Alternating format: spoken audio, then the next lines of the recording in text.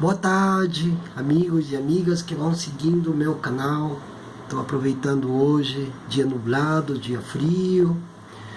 Parece que caiu um pouquinho a temperatura, faz bem, que está muito seco aqui na cidade de São Paulo, onde eu me encontro.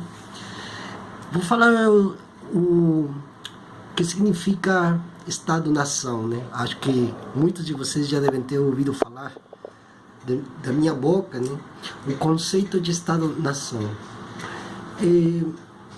Para nós podermos sair dessa caixinha, desse embrulho que nos colocaram, nós temos que entender um pouco como era o Estado, ou como era a divisão territorial, antes, inclusive, de 1808 para trás, quer dizer, desde finais do século XVI até finalzinho do século XVIII. Toda essa região que nós chamamos hoje de América, na verdade continuava estando sob a aba da Companhia das Índias Ocidentais, que era uma companhia conformada, era como um grande conglomerado, né? Era como juntar o Google, juntou com o WhatsApp, bom, o Twitter agora ficou fora, né? Mas era juntar várias sociedades, né? E fazer um grande conglomerado, na qual dentro desse conglomerado estivessem todos os preceitos e as finalidades e os princípios também daqueles que se regem pelo que hoje nós consideramos ainda sistema neoliberal econômico, dentro da esteira econômica, financeira, cultural e ideológica. Até 1808, todas as regiões das Américas, desde Alasca até a Patagônia, faziam parte das companhias das Índias Orientais, que era gestada ou gestionada, gestão, pela Companhia de Jesus, que foi também um formato que eles criaram lá na Península Ibérica, desde a qual se designavam sacerdotes, né? Se designavam clérigos, né? Se designavam escribas, no sentido inclusive romano da palavra, da época do Império Romano, quando a Galileia era província de Roma, inclusive, né? E também se designavam os fiscais, né? Ou seja, aqueles que vinham para cá e que já determinavam que tal área territorial pertenceria a tal família espanhola ou portuguesa, ou depois holandesa, francesa, inglesa, etc. E tal. A partir desse momento, quando no início do século XIX se dá essa grande transformação, começam então a surgir os processos independentistas aqui na América Latina, né? A primeira delas foi no Haiti, que foi justamente em 1808. Tinha a cabeça um militar negro, Jean-Jacques Duvalier, acho que era o nome, se me foi um pouquinho o nome da cabeça, mas eu já vou colocar no link para vocês investigarem. Inclusive eu tenho um livro muito interessante que se chama Haiti, Terra da Barbárie, né? Que aí conta a história do Haiti. É necessário entender o Haiti para entender toda a América Latina, inclusive o Brasil. Por quê? Porque foi ali é onde o homem branco pisou o pé e colocou colocou o falo dele apoiado na cristandade, que a cristandade é o fundamento do cristianismo que se transformou em projeto político para a toma do poder, né? E também aí chega a modernidade e se fundam as primeiras bases do capitalismo, aquilo que eles não conseguiram fazer na Europa dos séculos XV e XVI, em face a um grande levante camponês indígena que também teve lá, que começou inclusive na Grécia e se estende até as Filipinas. Foi uma grande conflagração camponesa indígena dos povos indo-europeus, que eles também têm seus ancestros lá, como o caso dos franceses, os bretões e os galos, né?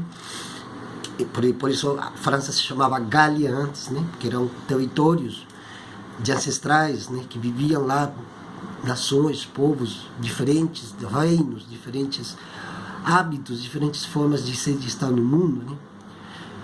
E aí, em face, os occitanos, agora eu lembrei, os occitanos também são povos originários da França, sul da França, norte da Espanha, enfim. Aí, nesses processos de independência que começam com, com o Haiti, né, a grande revolução haitiana, logo isso vai tomando um sentido de conflagração dentro das Américas. Então começa a independência daqui, a independência do México, a independência da Venezuela, a independência do Brasil, a independência do Chile, a independência da Argentina, e os processos vão se expandindo de tal modo que vai se criando um horizonte de luta que era se separar do Império Espanhol ou do Império Português. Então eles faziam os conflitos quem eram aqueles que faziam isso? Eram justamente os mestiços, os criollos, que não tem o mesmo sentido criollo de crioulo, em português são duas coisas diferentes, que eram os brancos espanhóis que já tinham se cruzado com indígenas, né, com negros inclusive, e que daí surgiu uma outra ordem generacional, né, uma outra geração, e essa geração queria a separação imperial, né, queria a separação do rei Fernando VII lá na Espanha, queria a separação também do rei Alfonso VIII de Portugal, né. Então eram processos que vinham se dando justamente em função dessa separação, né. O que acontece é que com esses processos independentistas que começam no Haiti, no Chile foi em 1810, no Brasil foi em 1822, todos esses processos independentistas trouxeram à baila um outro conceito de formulação social e econômica que conforma as colônias em repúblicas. Esse sentido republicano que eles tinham nada mais era do que trazer ao contexto ibero-americano uma outra fase do poder, que é criado pelas elites locais, burguesas, que eram elites agrícolas, né? Elites que vão abocanhando terras, né? Vão se dividindo em sesmarias, em quinhão, em acres, hectares, isso aqui é meu, isso aqui é teu e tal. Existe, inclusive, lá na Argentina, um ditado muito popular que se deu, inclusive, logo mais dos processos independentistas, que alguém que conseguia dominar os indígenas, até onde a vista deles chegasse no horizonte, essas terras eram deles. Ou seja, que se eu conseguia enxergar de aqui, de São Paulo até Jundiaí, por exemplo, então todas essas terras que vão de São Paulo a Jundiaí até Jundiaí, perdão, são minhas, né? E aí vinha um escrivão, né, que era o fiscal que já vinha de lá também, assinava aqui embaixo, colocava um membrete, alguma coisa, dizia, bom, isso aqui é seu, você é o fazendeiro, você é dono dessa terra e acabou-se. E isso começa a se dar em todas as colônias. Em todas as colônias dá-se isso. E aí, nisso aí, surge essa nova burguesia colonial, né? Surge essas elites aristocráticas que se espelham nos costumes, nos hábitos das aristocracias europeias, né? Então eles mandam seus filhos estudar na Europa, eles trazem de lá formatos para criar as denominadas constituições, as cartas magnas, chama-se cartas magna porque vem da época do Carlos Magno, que foi o grande imperador, né, o imperador Carlos V, que abocanhou a Espanha, abocanhou o Mediterrâneo, abocanhou a França, enfim, ele era o emissário direto de Deus, do poder divino que existia durante a Idade Média. E eu vou fazer também um vídeo explicando do que foi a Idade Média para fazer essa comparatividade de como a Idade Média não acabou. Mas isso aí vamos fazer em outro vídeo. Aí surgem então os Estados-nações, e cada um vai colocando o nome do seu país, colocando uma bandeira, o outro escreve o hino, e se criam também a força um complexo bélico-militar que defenderia esses territórios, mas não em face de quem estava lá dentro morando, nós pobres mortais, os nossos antepassados, né, que estiveram lá, senão justamente para proteger de forma patrimonial e de forma consuetudinária os poderes estabelecidos por essa burguesia em ascensão. E aí se criam leis, se criam decretos, tudo à imagem e semelhança do que já foi conformado desde a época do Império Romano, aliás, desde a época de Constantino, lá pelo século IV, pelo século, IX antes de Cristo, né, e que acaba inclusive com a tomada de Constantinopla em 1493, né? Então, já são sistemas, mundos que vão se criando, que já foram criados, e que, na medida em que o êxodo de pessoas vindas, principalmente da Península Ibérica, da Península Itálica, do Mediterrâneo para cá, eles vão trazendo todos esses preceitos, as doutrinas, o conceito de jurisprudência, a Constituição, o Código Civil, o Código Napoleônico, que depois passa a ser o Código Civil, e aí vão se formando as nossas repúblicas, que nada mais é que invenções constituídas mediante um poder legal que vem de fora a fim de afirmar as novas elites que vão surgindo aqui em face dos processos independentistas, subjugados inclusive pelo Império Britânico, que no século XIX, principalmente com a Revolução Industrial, eles também vão tomando o formato de império, né? Já falei em outros vídeos sobre que império vem de imperium, e que inclusive tem a conotação, que é diferente de denotação, a conotação direta de penetração, inclusive até se queremos levá-lo mais a fundo, até no sentido freudiano da palavra, tal qual Sigmund Freud define, inclusive, no livro sobre análise do eu, né? Análise do ego, né? Então, como se conforma esse poder fálico através da história, através da economia e através da posse, possessão e apropriação de terras em função de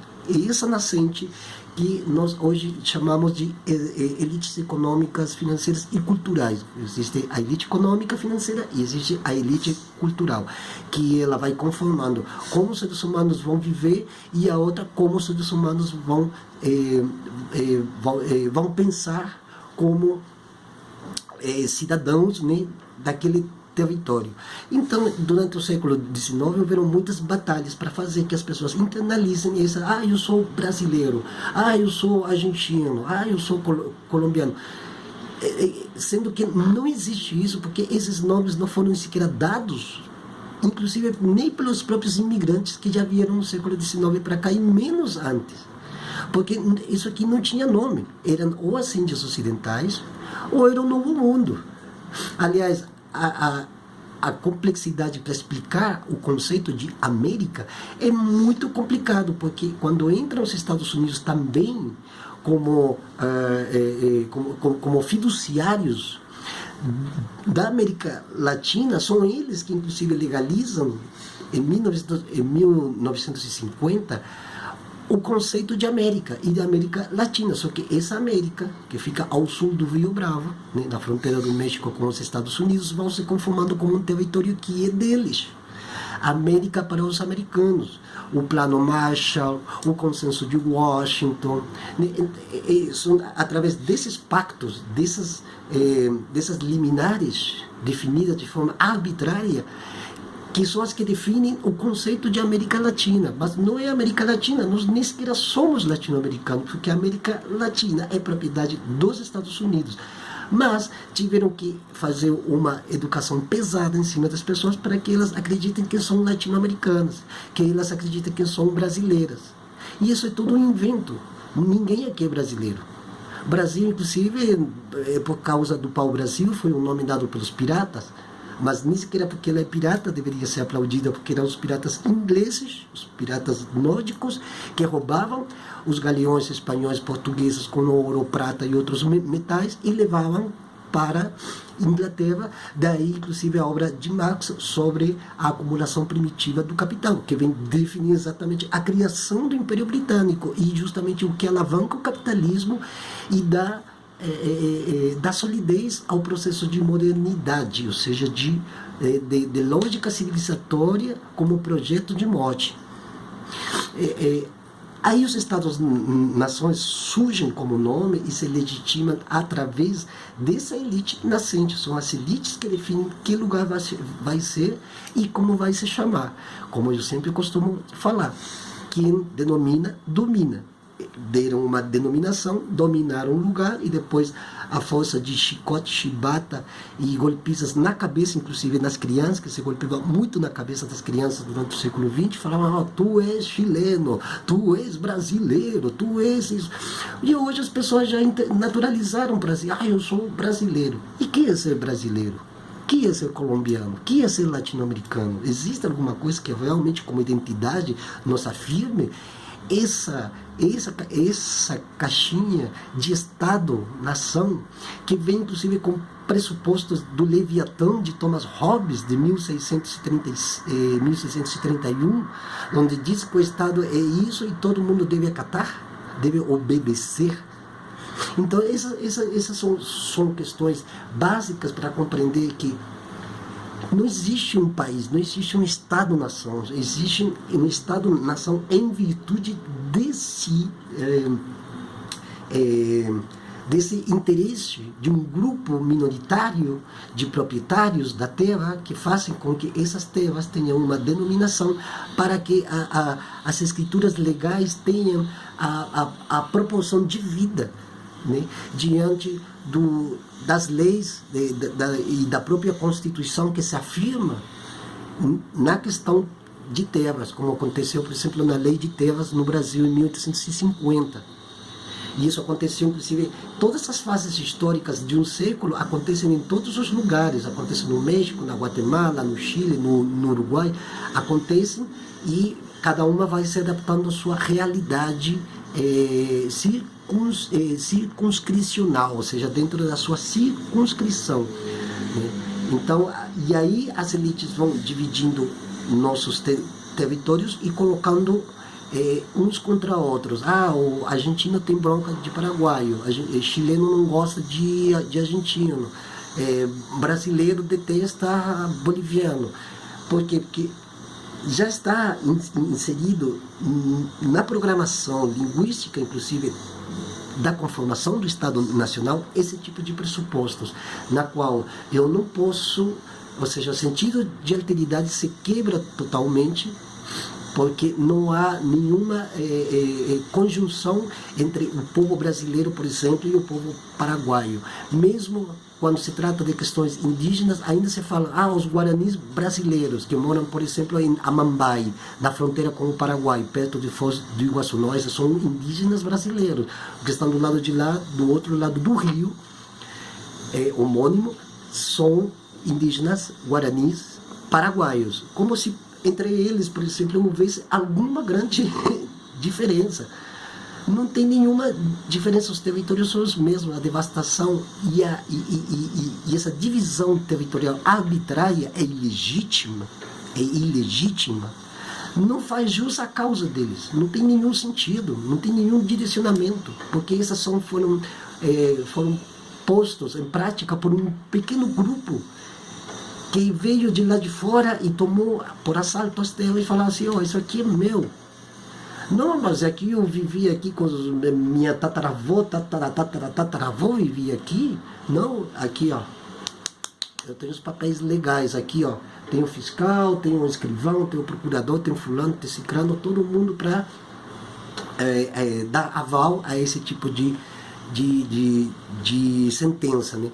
Então, os Estados-nações vão se formando dentro dessa camada e vão exigindo dentro da esteira da educação que se internalize em cada uma das pessoas e que isso passe a ser um projeto hereditário de legitimidade das propriedades nos anos vindouros ou nos séculos vindouros, né? Então acontece hoje que os mesmos proprietários que já eram proprietários desde os fins do século XIX, todo o decurso do século XX e até hoje, sejam os herdeiros, né, desse poder que foi combinado ser poder mediante trapaças né, mediante balbúrdias que acabam por afincar um sistema legislativo que tem como função legitimar essas elites que nasceram no século XIX em função da criação do Estado-nação como limites